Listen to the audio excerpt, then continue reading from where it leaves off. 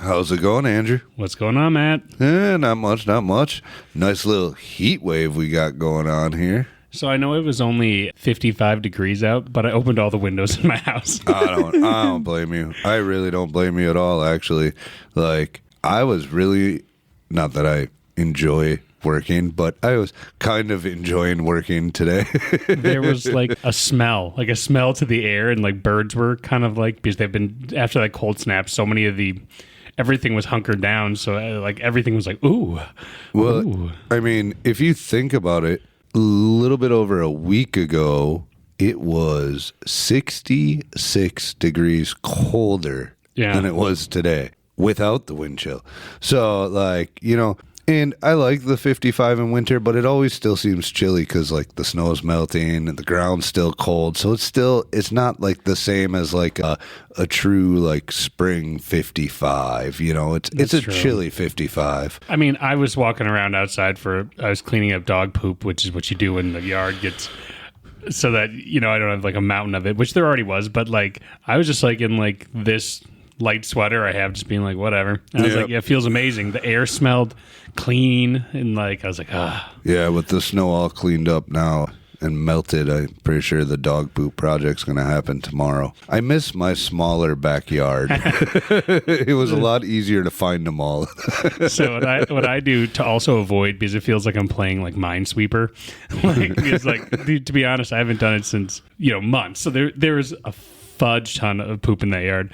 Is that I start on one corner and I do like laps, like one, like let's say, like leg, like shoulder width line, and I'll walk the perimeter so I know where the safe areas are, and then I'll go in one layer closer and closer and closer, and I have like a scoopy thingy, like a not like a broom, but like a little rake and a scooper, and then there's a garbage can in the corner at the end of the loop that has a bag, so I'll just do a loop, dump, do a loop, dump. I kind of want the scooper system you have, because right now I just put a glove on my hand and go to town, but I do it more Space Invader style, so I go back and forth and loop and work my way down, you know what I mean? Or would that be Centipede? That would be more like Centipede, right? Yeah, like do back and forth, looping it all the way, walking the full length every time, And what reminds me of Minesweeper is there will be some that when they've been sitting so long, they get camouflaged and they look like sticks now, but there's like, they turn like,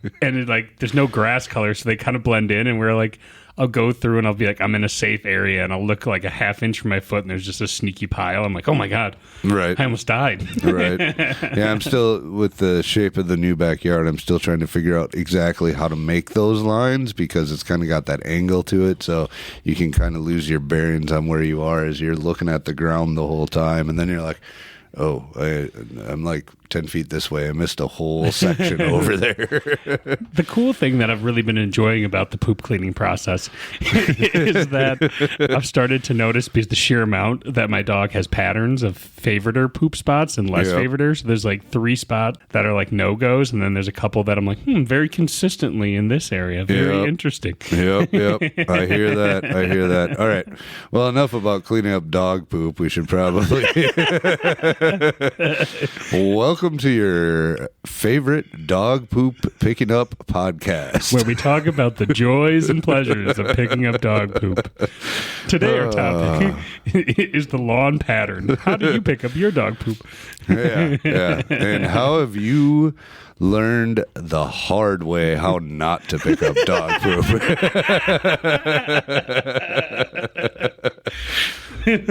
Which will take us right into today's topic. Tune in next week when we talk about cleaning up dog poop on walks. Oh, jeez. All right, I'm just going to get the music so we can get back to Mason stuff. Loosen up your ties and roll up your sleeves. It's time for Fellowship with Matt and Andrew. The views and opinions expressed on this podcast are not necessarily the views and opinions of the Grand Lodge of Wisconsin or any other Grand Lodge or any appended body. All right, so today our topic, we're going to talk about and have a conversation on what lessons that we have learned along the way being a Mason that we wish we had learned sooner.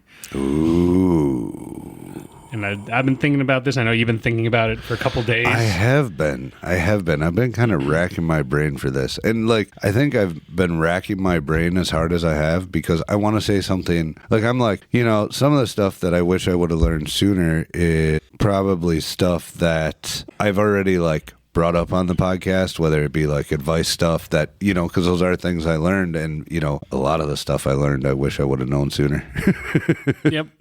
I mean, and I think there will be some overlap because, that naturally comes up. But it'd be nice, I think, to do some quick hitters. And the one that I wanted to start with first is learning not to say, you don't have to say yes to everything. Oh, yeah. The true secret of Freemasonry, learning to say no. And I don't know if this is part of the initiatic experience, but I feel like every Mason inevitably says yes to too much. There's like the first half of their Masonic career is them taking on too much, and then there's the second half of them slowly removing some of their obligations to try to find a nice balance. Right. But yeah, I mean, I think that, even from things that I've seen on Reddit or various other places, like lots of Masons struggle with Masonic burnout, and that the biggest part of that is saying yes too much and being unable to say no. Right. Well, and it also comes to a point where it's like you want to do a good job, right? Like you want to successfully complete and be successful in every job you're doing, whether it be for appendant bodies, clubs, a podcast, your own lodge, whatever. But if you are in charge of this body over at the Scottish Rite and you're worshipful master of your lodge and you're a trustee maybe or something, whatever. At the same time, and it's like you're not going to be able to do at a certain point. You can maybe have like two jobs at the same time, right? But at a certain point, you're not going to be able to like do all of them to your full capabilities, to the best of your ability, because you're being spread too thin. And when you get spread that thin, the thing that, I've noticed, because I've been spread too thin before, and to a certain extent, I still am. But so the thing is like, it's not that always that just certain things start to suffer. It's everything starts to suffer. So it's not like you can be like, oh, I do all this for all these groups, but I focus on this one. A lot of the times it ends up like across the board, your mental bandwidth starts to get stretched so that it affects everything. So I think that it's hard to say no because and I've been in the situation when someone identifies like, I think you'd be great at this job, it's kind of flattering. And you're like, oh, I would love to. It's like Hermione Granger in Harry Potter with her time turning thing where she's like, man, it'd be great if I could take even more classes. I would love to, but Can I get one of those, by the way? That was pretty cool when she had that, actually. But, that's... And then outside of the flattery, a lot of the people that get asked to do that kind of stuff are the type of people that want to do those kinds of things because they care about the organization so much that they want to put their time and energy in it to help it be successful. And then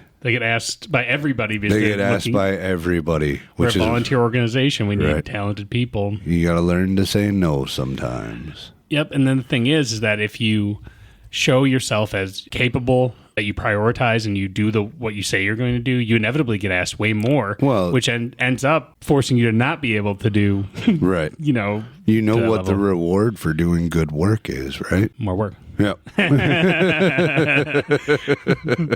That's why you just got to do just good enough work. No. Do great work. And then say no. But yeah, I think that's a really good one. And I know that I'm sure many of our listeners feel that way, where it can happen almost in any hobby you join, where you're so excited when you have what do they call that? Is that called convert syndrome? Somebody joins jiu-jitsu and suddenly all day they're talking about it. All they want to do is do it. They have a new hobby. They get like this new joiner fury. Right. And I think inevitably that can lead to saying yes too much.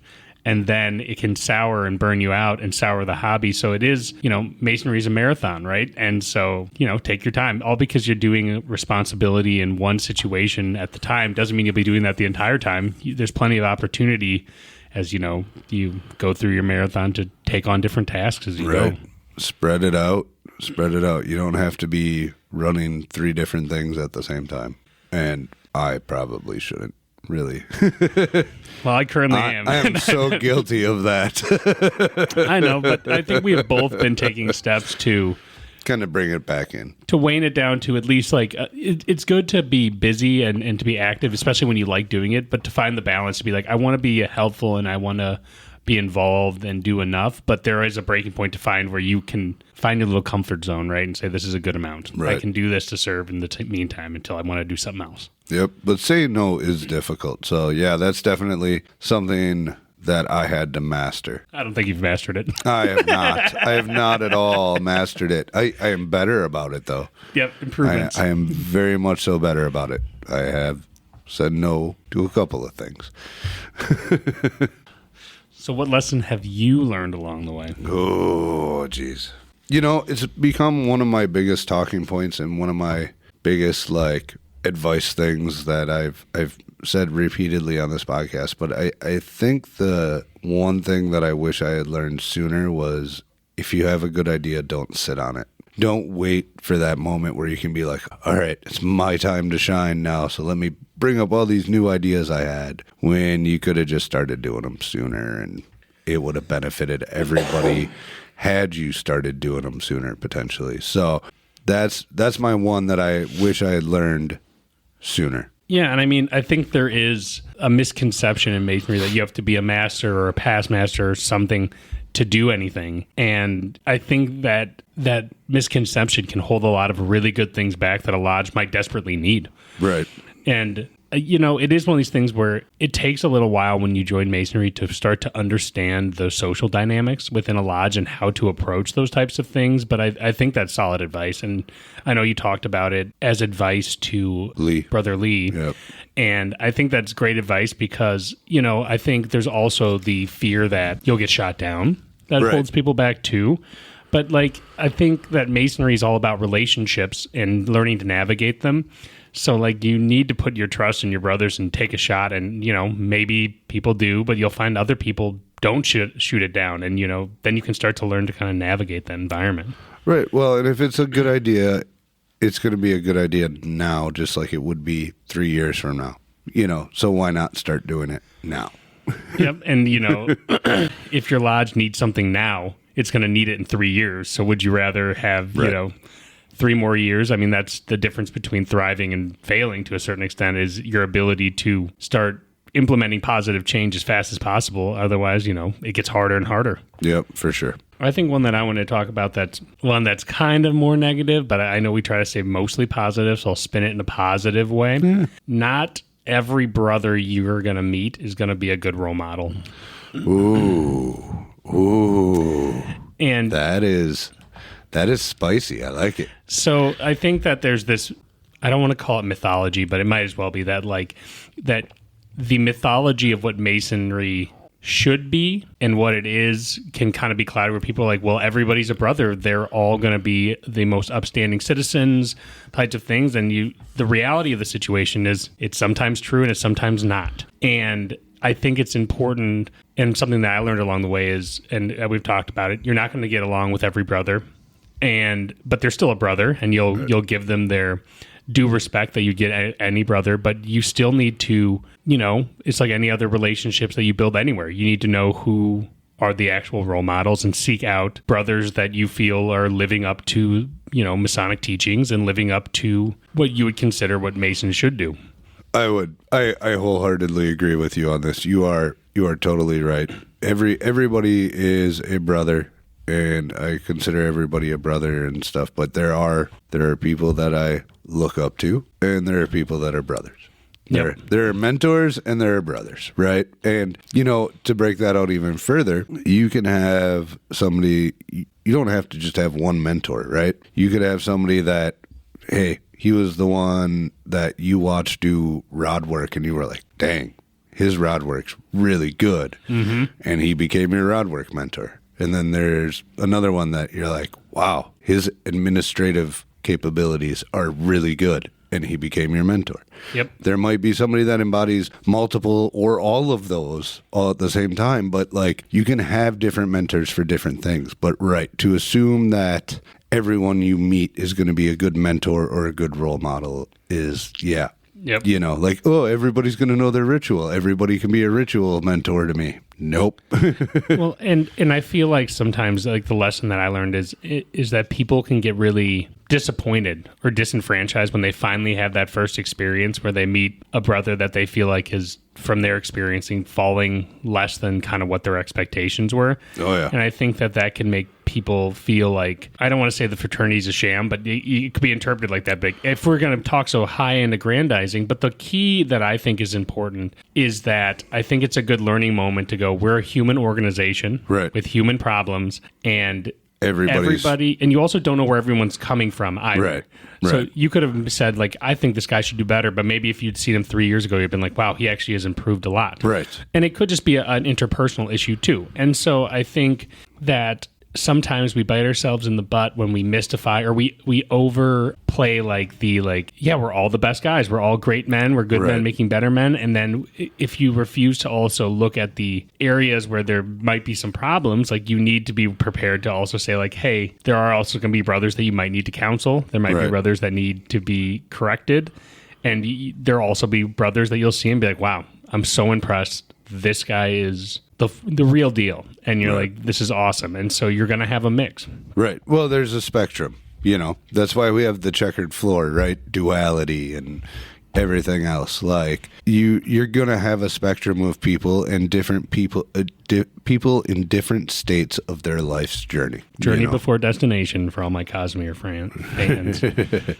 And you're going to experience that in Freemasonry too, right? And may some people disappoint you? Yes. But we've all been disappointed by people before. So, you know, it's interesting. So, not to sidetrack. So, I listened to the Brandon Sanderson books, and one of the principles in the books is about journey before destination, which has been kind of, to draw on what you're talking about, kind of resonated with me because it talks about how some people are destination oriented and some people are journey oriented. And if you're destination oriented, you're kind of your ass backwards. And the key is like, so if you're constantly focused on, you know, mistakes you made in the past, like, no, you're not that same person. It's the journey. It's not the destination. Like, if you stop and say, well, I did this, it's like, well, that wasn't the end of your journey, was it? Right. Unless you died. Then, you know what I mean? And so I think Masonry is a very journey organization, especially with our symbolism of the rough and perfect ashlar, the process that it takes time. So yeah, I mean, it's true too that you'll meet brothers on various stages of their Masonic careers too, and you'll see them 3 or 4 years later and be like, wow, different guy. Like, you know, you never know. Well, yeah, and I mean, you know, you're talking to a biker about the journey versus the destination, which is all about the ride to get there is more important than where you're going, right? Like 100% love, like all that kind of thinking about it, you know. I know a bunch of other people have said it, but, you know, most recently and probably most notoriously for younger generations, you know, Jelly Roll with the windshield is bigger than the rear view mirror for a reason, you know, like, and all that stuff. Like, yes, we're going to experience that in a human-based organization, right? Because we're all traveling somewhere. Yep. And it's cool in the way that, like, and it's a good reminder to, like, remind yourself, give brothers grace at the same time, because we don't know what their journey is and we haven't seen their entire history and the path they've been walking on. So when you're comparing your journey to another's, it's not always helpful. I mean, that doesn't mean you can't still hold people accountable, but it also means, you know, there's a lot of times that people want to make bigger problems out of things than they are too. And, you know, if you're focusing on your working tools and what you're doing and then navigating some of those interpersonal issues, you'll generally be okay. People are going to make mistakes. To err is human. And to clean up dog poop is divine. If only. All right, your turn. Oh, we're back to me. I wish somebody would have... I'm trying to think of how to phrase this. I wish I would have had a better grasp on how much work being master of a lodge is prior to getting to the East. Like, I knew it was a lot of work, but I didn't really grasp the entirety of it, and like especially now in today's day and age with the ability to have constant communication, right? my emails come to my phone. I can get text messages. I can get phone calls wherever I'm at. That takes it to a different level from like what it probably used to be when you were at work. You probably didn't get called about, masonry stuff. That probably happened when you were at home. Maybe occasionally you get a call at work, but, a lot of people would have jobs where they couldn't take a call at work, right? So Or make a call. So, now you have this state of it's constantly, you're constantly available and people can reach out to you constantly. And to be honest, people expect responses quicker in today's day and age too. Like if you don't respond for a few hours, some people are sitting around going, why hasn't he answered me yet? I really need this answer. And it's like, okay, just because I can constantly be reached doesn't mean I'm constantly available. There's a difference. Yep. So I think that's something that, and that's new to us all, right? Because we haven't spent long in this age where we are constantly able to be reached. Well, and like the challenge, to add to your point, is so a lot of us, like especially if you're working in a white collar job, like response time is a huge thing. And so people and also text messaging and just natural life too, like you're mentioning. So Masonry for its members is not their job. You know what I mean? Mm-hmm. But to a certain extent, the lines can get blurred sometimes. Right. Because it is, it operates like a business in a certain extent, but not in all these fraternities. So its goals are different, but as far as like you have people that communicate, people with jobs, people that need to do this, people that need to do that. Right. And that sometimes I think, and I'm guilty of this too, my work expectations bleed into my lodge expectations. Yeah. And, speaking of lessons learned, that Masonry moves slowly because we're a volunteer organization. Right. But it shouldn't move impossibly slowly, right? There's a balancing act where I feel like you can make a mistake by trying to force Masonry to be a second job for people, but also you need to do stuff. And like the thing is like you don't need to respond immediately, but like if you're responding in 24 hours, unless it's a true-blooded emergency, like the building's on fire, you really can take 24 hours to 48 hours to respond on anything. And I think if we push people too much to turn it into a job, it can burn people out. Right. And so you have to find that balance to give people time to say like everything, because the thing is, especially when like we, own this building, right? And every group has some problem that to them is an emergency, but in reality, you're like, oh, there's a stain on a ceiling tile. Yeah. I mean, it's not an emergency, but yeah, we should fix that. And you're like, in reasonable time, ideally, obviously. And Jeff, don't come for me about these ceiling tiles. In a reasonable time. Reasonable time. And there is too long and there is unnecessarily fast too. Right. Well, unnecessarily. You actually picked a perfect example. There is a stain on a ceiling tile. Right? You come around and you replace it the very next day without figuring out why that stain appeared on that ceiling tile. And what happens? A stain magically appears on the new ceiling tile because you haven't solved the root cause of the problem, right? So sometimes that immediate, easy, correctable action has a bigger backstory to why it takes longer to get done. Yep. And I think to a certain extent, too, we just have to remember on a lot of Masonic issues, they're not actually like earth-shattering problems your participants due to sickness. Right. Like, you're like, yes, it's annoying, it's inconvenient, but it's not actually make or break ruining anyone's life. Right. So, like, I think there is the balancing act that you have to find in the urgency, but also you have to also be effective at the same time as volunteers. Right. Well, and, sometimes the other thing is like, you get an email or text that shows up on your phone about X, Y, or Z problem, right? But the answer to it is on your computer that's at home and you're not at home. Okay. I'm not going to be able to get you your answer right away. Or you need to reach out to people to track down the information. Right. Yep. Yeah. Yeah, and I think I think it is more challenging in the modern era because there is such an expectation on efficiency and speed, which is good. Right. but like there also needs to be a balance. There does. There very much so needs to be a balance on that, and it's something we're all working through as people though right now. Like this isn't a problem that's exclusive to Masonry or exclusive to being in the East. This is just a problem with society right now because we as a people are still adjusting to this new level of connectivity that we have, right?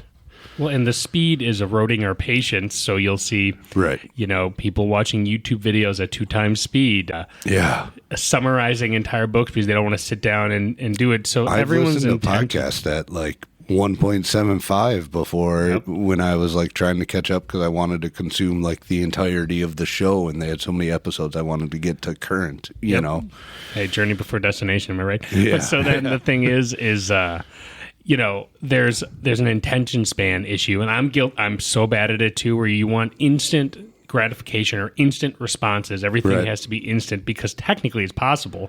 Right. But yeah, imagine back in the day where you had to put a letter in a box that went to a guy on a horse, and it would get to the lodge in 14 days, and then they would be like, "Oh, we should probably assemble a committee," and then it would be like, that'll be a month, and then they're like, "All right, now send it back 14 days," and they'd be like, "Cool." So like, and they survived, and just the world moved slower, and I think as a traditional organization, we need to remember like that we can find a middle ground. Sometimes we as Masons need to slow down. And sometimes we as people in general need to slow down. Yeah. And sometimes as Masons we need to speed up too. I've seen those atrocities. No, it goes both ways. But I mean, there's a threshold. Yeah, there is definitely both ways. But yes, I would say just the sheer amount of stuff that like came in and that required responses and stuff like that during that year was like something that I felt like I was somewhat unprepared for. I'm so excited. Nah, you'll be fine. You'll be fine. But the thing is also I come from the work that I do in my industry is so like fast-paced anyways that I don't get as phased by it. I'll just be like, boom, here's a response, boom, it's done. Yeah. I'm just always trying to get tasks off my list where it's like someone wants something, here's the answer, leave me alone. And you're like, right. Cool. The another lesson that I've learned and continue to learn is if you want to have good fellowship, you have to be the one to advocate and create it. So I've seen a lot of people complain or bemoan like, I'm not having good fellowship, I'm not having good friendships, but Masonry is not just going to automatically create close relationships for you. You have to it's going to create space and opportunity. You still have to take some agency over the relationships you want to pursue. Like if you want to have good fellowship and you feel like you're not connected enough with brothers, you have their contact info. You have all this stuff. Text someone, invite people out, create events that do it, show up to events, and actually take advantage of the space that we create with people that you can have opportunities to create fellowship with. Well, and start doing that at like stated meetings and stuff like that. Masonry puts all the people in the room for you. You need to take that other step to create those bonds and that fellowship and everything else, and just start talking to people and all that kind of stuff. Like we as an organization can't force that. That's gotta happen, right? But we can put the people in the room to make it easier for it to happen. Yep, and the craft itself is designed to create the room. The lodge itself, through its members, create sub-opportunities through various events that are designed for fellowship opportunities. So they create opportunity within the standard stated communication opportunities to do extracurriculars. But at the end of the day, they could create the biggest trustful, friendly, huggy activity. But at the end of the day, like you have to make the effort to build relationships with people. And your experience is improved by taking advantage of those opportunities and also taking time. So like, I think I used to talk about this a lot, but I don't think we've talked about it on the podcast. That before I was working in the kitchen for 4 years, I used to try to sit at a different table every time at stated communication, because I said, when I'm out at the pubs afterwards, I'll gravitate towards whoever I'm trying to talk to about something, or the brothers I'm closest to. But when I'm at stated, I'm at business, even if it is at the front part. So I go, I'm here to work on myself and work on my lodge experience when I'm at stated. So I would sit with a different group of people every time in lodge to try to say, well, you got to build bridges, right? And so I would say, like, I always want to sit at the same table with the same people. I can do that at the pubs later, but when I'm here, I'm going to go sit with people I haven't got a chance to talk to enough. Yeah, no, that makes sense. And I've started doing a lot of that where I'll sit at random tables. Like, you know, maybe it's with people I don't get to see as often, whatever. But like, I did that at the Burns dinner, actually. I ended up sitting at a table with Joe Harker and Lee and Dave Vargas and, you know, just a bunch of random people. Yep. Like, and that was great, you know. And then somebody had said to me, like, hey, why aren't you sitting with all the late guys? I was like, well, one, nobody told me they had a table, so I must be an outcast now. I'm not cool anymore because I'm a past master. I wasn't at their table. They're shoving the old guy out. Yep. Yeah, you made the mistake of sitting at the Highlander table. That's just not a good idea. I've done that traditionally for many years. I'll sit with the rowdy Highlanders, and they punish me for it. And you keep coming back for more. Except for at one point, I almost cut Chuck's leg because I grabbed his dirk and his thing, and then I pulled it out. He's like, Andrew, that is razor sharp. I just sharpened it. You could have just cut my leg. And I went, oh, this is sharp. Anyways, you can put it back. Oh, jeez. That could have been a real plot twist. That could have been a real plot twist. But yeah, I think trying to, like, okay, when we have new people who are entered apprentices and stuff, and especially when I was mentoring, they would ask, like, what I should be doing. And I said, what I'd recommend is taking advantage of your dinner and try to build relationships with as many brothers in your lodge as you can. Yeah. Because, like, I mean, even though we mentioned, like, you might not be close friends with everyone. You might be just happy acquaintances. You might have people you don't like. You might have people you love. But you want to try to, like, what is that? High water raises ships or whatever. If you're starting to build relationships across the board, like, I think it just improves your experience. Agreed. And I actually think that's a great place to leave this episode, on a solid upbeat note and a solid piece of advice, unless you have something else you're dying to get at. The only other thing I was going to say is learning that Masonry doesn't only happen when you're at lodge. Ooh, yeah.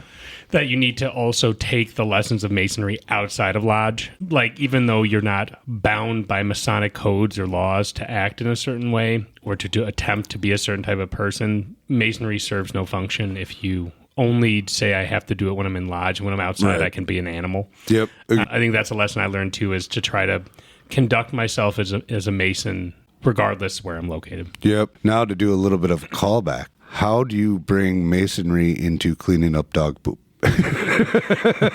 you square your corners.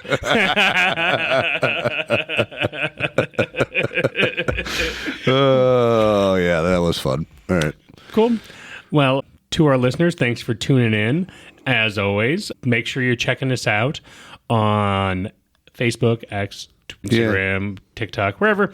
We try to be accessible where you can find us. Be sure to let any Masons you know who would enjoy our content, let them know. We'd be happy to have some people join us on this fellowship adventure. For sure. And if you have anything you want to reach out to us directly about, Facebook Messenger is a great place to do it, or timeforfellowship@gmail.com. Oh, and one last thing. When you see this episode come out and you make it to the very end, because all of our listeners listen to the whole thing, be sure to comment on our post and let us know what lessons you've learned. Oh, yeah. That would be great. Get some listener feedback. All right. You have a great day, everyone. Take care.